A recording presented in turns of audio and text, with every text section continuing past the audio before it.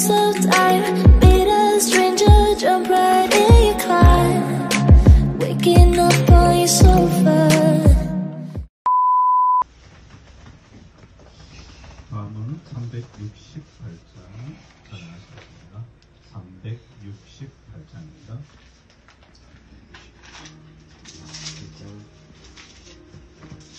통일이야 돼요. 통일. 저기 있잖아, 다른.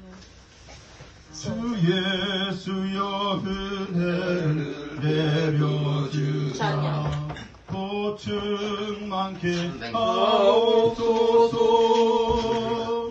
예전에 허망한 나의 맘. 1 hour later.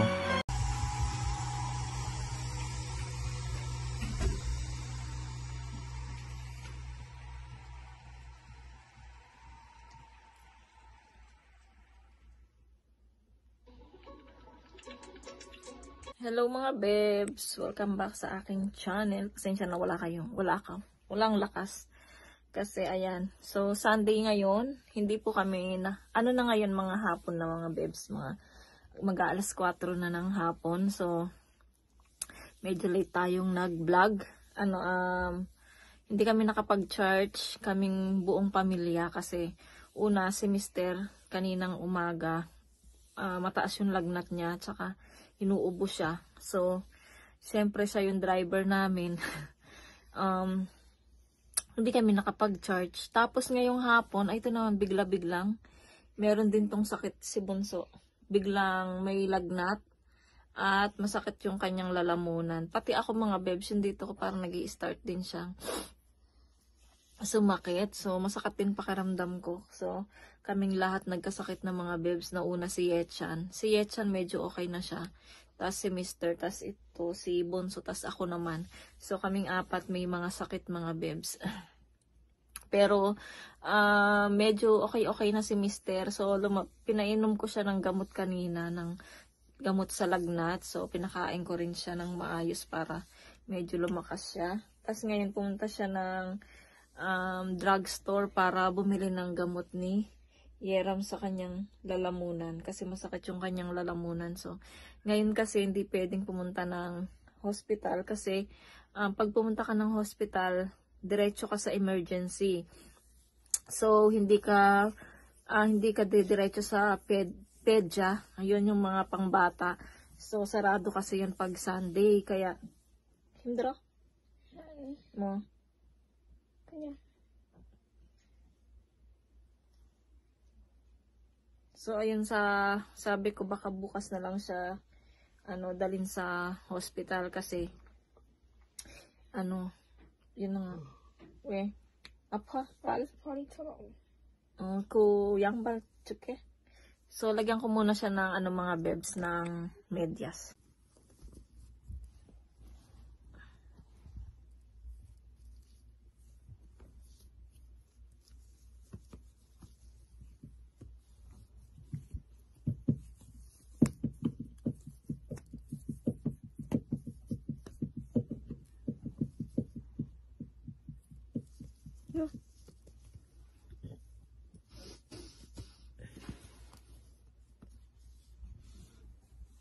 So, ayun mga bebs, nagpalagay siya ng medyas kasi nga nilalamig daw yung kanyang mga paa.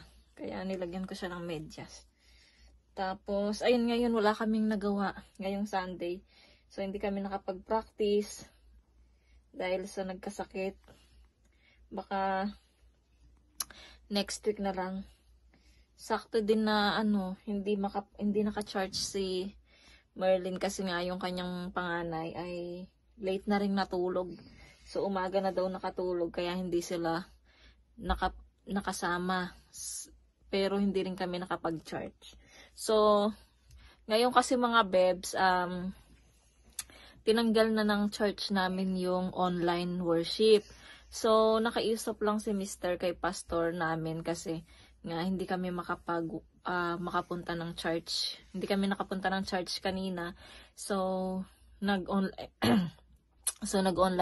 worship sila.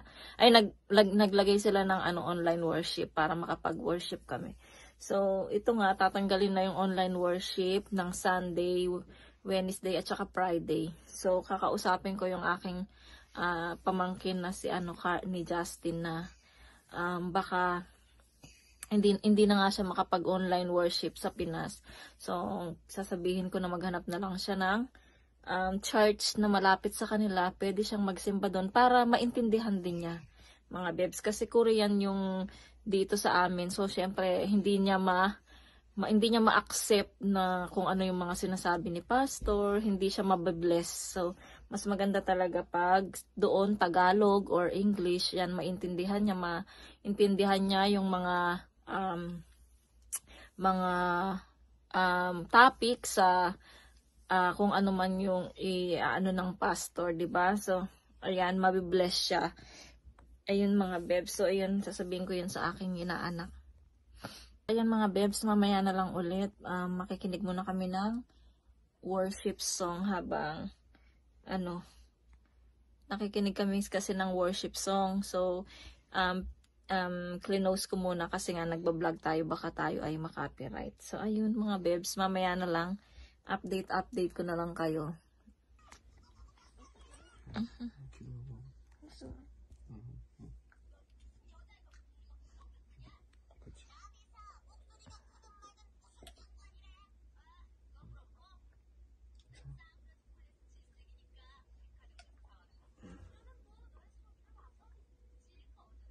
뭘 많이 하지 마. 날렸어? 있구나. 천천히. 자, 이거 봐. 왜 이것도 먹어? 뭐. 이거 먹어. 염증을 잡은 게 그래야지 안 아프게. 이거를 같이 먹어줘야 돼. 내일 아침 병원 가야겠다. 병원 갈 때까지는 조금 힘드니까. 2,000 years later. Hello mga bebs. Good morning. Andito kami ngayon sa baba ng clinic kasi ang aga-aga, mga 8:35 in the morning. So kagabi, madaling araw, ayun, nagkasakit na kaming lahat mga bebs. So una talaga si Yechan, tapos si Mister, tapos si Yeram, tapos ako yung huli. So pero kaming tatlo ni Mister, si Yeram ay sobrang taas ng lagnat kagabi mga bebs. So hindi kami nakatulog, tapos madaling araw, sabi ko kay Mister kung okay lang bang uminom ng gamot. So ayun, siya din pala, ang taas din ng lagnat niya. So magkahiwalay kaming natulog kagabi. Ang katabi kong matulog si Yeram kasi nga mataas din yung lagnat niya. So kaming dalawa, tapos si Mister doon sa tabi ni Yechan. So ayun, mataas yung lagnat ni Mister, si Yeram, ako. Tapos yun, nagising kami ng alas 4. Hindi kami makatulog mga bebs. Tapos alas 4, uminom kami ng gamot. Tapos ngayon, kung wala kaming gamot mga bebs na substitute muna bago kami pumunta ng clinic, pupunta kami ng ambulance, ng emergency room. Pero mas okay talaga yung meron kang gamot na naka-stack. Wait lang mga bebs, matawag si Mister. So ayun mga bebs, sabi ni Mister, pag tumawag siya ulit, panik na kami. Kasi nauna si Mister, nagpa-lista siya doon ng pangalan naming tatlo. So ayun nga, hindi rin pumasok si Mister kasi sobrang, kagabi din narinig ko siya na ubo na siya ng ubo. Kasi siya meron siyang ubo, may lagnat. Kami naman ni Yeram, wala kaming ubo.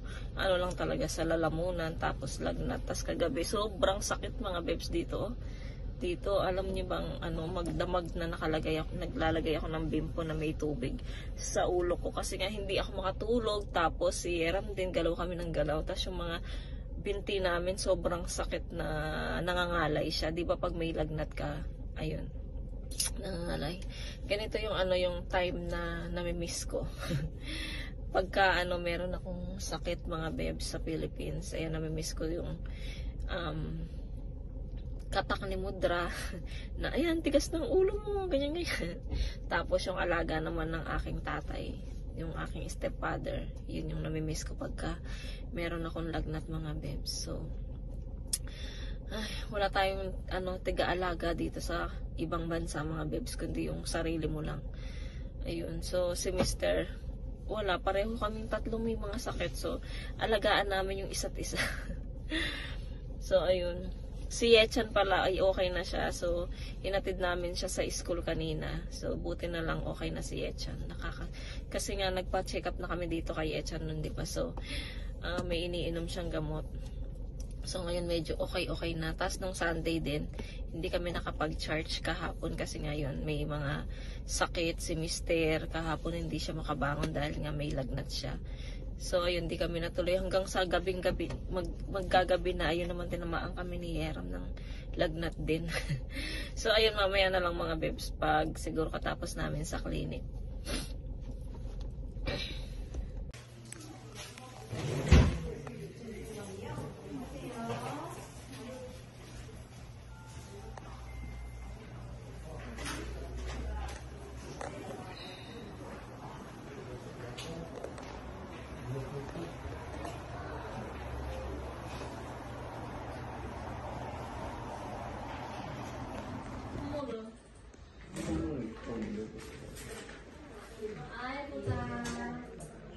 열이 얼마나 나세요? 아, 열이요? 뭐지? 38도.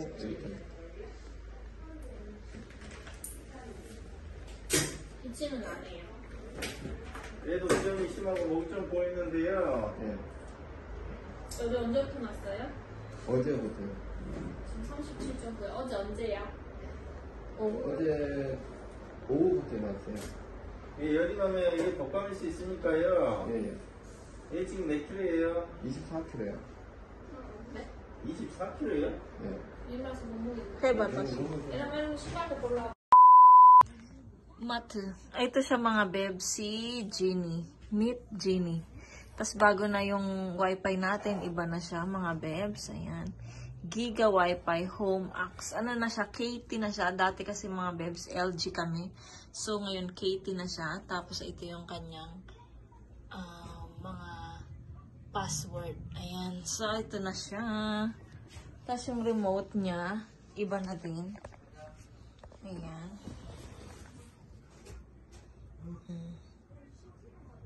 May Netflix din, YouTube, ganyan-ganyan. So, ayun. Ayun mga bebs, lumabas si Mister para meron siyang binili sa store. Bumili din siya ng tubig kasi wala na kami tubig. Ngayon medyo may sinat-sinat pa ako. Nararamdaman ko. So, maggagabi na naman. Yung panglasa natin, wala tayong panglasa. Ang check-up namin kanina ay okay naman. Sa lalamunan lang talaga siya. Ayun. Tsaka wala naman kaming corona virus. Ganon. So, binigyan lang kami ng gamot. And sana magpagaling sa amin. Hindi naman. Siyempre, pinabless ko yan kay Jesus Christ na yung gamot na iinumin ko, iinumin namin ay magbigay din ito ng kalunasan sa amin nararamdaman. So, ayan. Tas ang galing pa nitong Katie. Meron pa siyang next month yata. Meron silang transfer sa akin na pera. Ang galing-galing. Buti pa dito mga bebs. Merong free na pera. Malaki-laki din siya mga bebs. Pero pag natanggap mo yon, hindi ka pwedeng magpalipat ng hindi ka pwedeng magpalit ng ibang internet. Pag nagpalit ka, babayaran mo yung pera na binigay sa'yo. So, ayun. Tapos, meron pang coupon na 100 won. So, kay Mister naman yun mapupunta sa cellphone niya. Sa akin naman yung pera na next month pa. So, ayun. Ang galing-galing. Buti na lang may ganito sa Korea. Diyan sa Pinas, wala, no? Kung may ganyan sa Pinas, sigurado, palit sila ng palit ng internet. Para magkaroon sila ng pera. So, ayun mga bebs, baka hindi ko matuloy itong vlog natin. Si Yeram, hindi pa rin siya papasok tomorrow. Pahinga pa siya tomorrow. Tapos si Mr. mag-work na siya bukas kasi nagagalit yung kanyang amo, yung kanyang boss. So, papasok siya bukas. So, ayun mga bebs, siguro bukas ko na lang ituloy yung vlog natin. Kasi wala akong magsalita. Lalo na naglalaway kasi walang panlasa. So, ayun mga bebs, tomorrow na lang tayo magkita-kita. Ituloy ko bukas tong ating vlog. The next day. Hello mga bebs. Good morning. Continuous lang po ito ng vlog natin kahapon. So, So morning mga bebs, papunta kami ulit ng clinic kasi kagabi sobrang taas pa rin ang lagnat namin tatlo. Tapos si Mister, sobrang taas din ng lagnat. Nag 39 siya. So ako naman 38 ganyan. Tapos si Yeram ganun din sa akin. So ang sabi kasi dun sa clinic, pagka tumataas pa yung lagnat, balik kami sa clinic. Tapos anong tawag doon? Yung i-check up kami, yung test ba? Ite-test kami ng flu, ganyan. Kasi baka flu kasi itong mga bebs kaya ayun. So ngayon papunta kaming clinics para magpa-test ng flu. Kapag flu, bibigyan kami ng ibang gamot na iinumin para mawala yung lagnat namin. Si Yeram din siguro flu din siya kasi hanggang ngayon din may lagnat pa rin. So si Mister hindi pa rin siya nakapasok ngayon Martes na mga bebs kasi nga sobrang sakit ng pakaramdam niya. Buti nga nakapag-drive siya mga bebs. Tapos yan, uminom ako ng isang gamot na Tylenol para baka sakali bago pumunta ng papuntang clinic mawala yung konting sakit ng pakiramdam. Hindi naman ako mga bebs, nag-uubo. Si Mister lang talaga yung ubo ng ubo kagabi. Tayo siya ng tayo, tapos may plema din siya. So hindi siya nakatulog ng maayos dahil sa pakiramdam niya rin na sobrang sakit. So ayan mga bebs, update ko kayo mamaya pagkatapos namin sa clinic.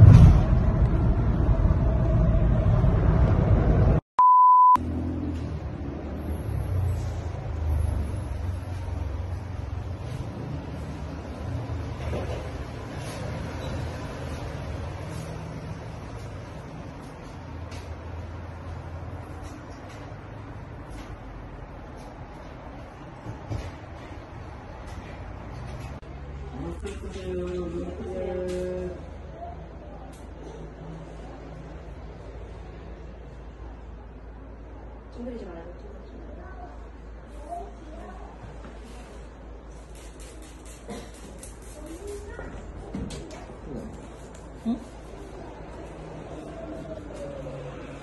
2,000 years later. Hello mga bebs, update ko lang kayo sa aming check-up kanina.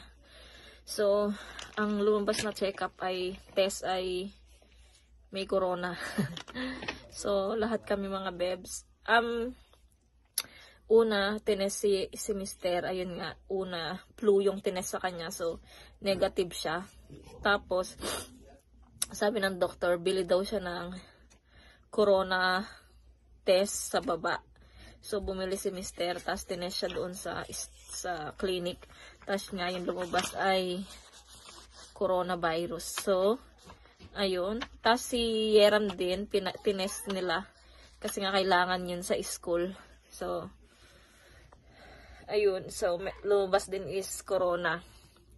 Tapos ako sabi ng doktor, hindi na kailangang i-test kasi pag ganun, talagang maaawa na ako. So, ayun. So, kami. Tapos si Yechan, tinawagan namin yung teacher. So, sabi namin meron kaming mga corona. Tapos, pinauwi namin sinundo namin si Yechan ulit sa school. Tapos, pinatest namin sa ibang clinic. So, ganun din. Kahit wala na siyang lagnat mga bebs, lumabas pa rin na meron siyang corona. So, kaming apat mga bebs, meron kaming mga corona. So, first time namin to. Si Mister talaga yung nahirapan mga bebs. Siya yung nahirapan kasi siya yung inuubo, tas hindi siya nakatulog kagabi, tas yung lalamunan niya medyo parang nagasgas na sa kakaubo, tas yung phlegm. Tas si Yeram ayun doon sa room. Pinagbigyan ko silang mag-games para hindi sila maboring. So, ayun, sa bahay lang kami neto mga bebs. Bawal muna kaming, pwede namang lumabas, pero si Yechan, hindi namin siya isasend sa school niya. Pati si Yeram. Tapos si Mister, hindi rin siya makakatrabaho. Kasi sabi nung boss niya, wag na muna siyang pumasok kasi baka daw mahawa pa yung ibang mga trabahador. So, ayun. So, hindi muna siya nagtrabaho mga bebs. So, ayun. Tawag nito. So, medyo makati-kati yung lalamunan ko. Pero hindi ako nauubo mga bebs. Konting ubo lang, konti. Hindi gaya kay Mister. Ayun. Nakahingal mag-vlog. So, ayun muna mga bebs yung update namin sa inyo. So, hindi ko muna, siguro mag-end na ako ng vlog dito mga bebs.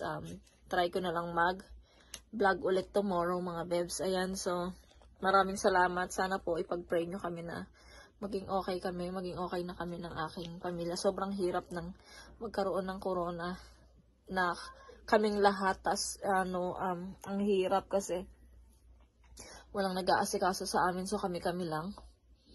Pero, thank you kay Lord kasi meron pa rin kaming lakas na mag-asikaso sa bawat isa sa amin. So, ayun. So, ayun lang mga bebs. Sana pag-pray nyo kami na maging okay na kami mga bebs. Ayun. Maraming salamat mga bebs. Kung bago lang kayo sa akin channel, please subscribe to my channel and hit the notification bell para lagi po kayong updated sa aking mga video. Bye mga bebs. See you po sa aking next vlog. Bye. Be nice and be good. God bless.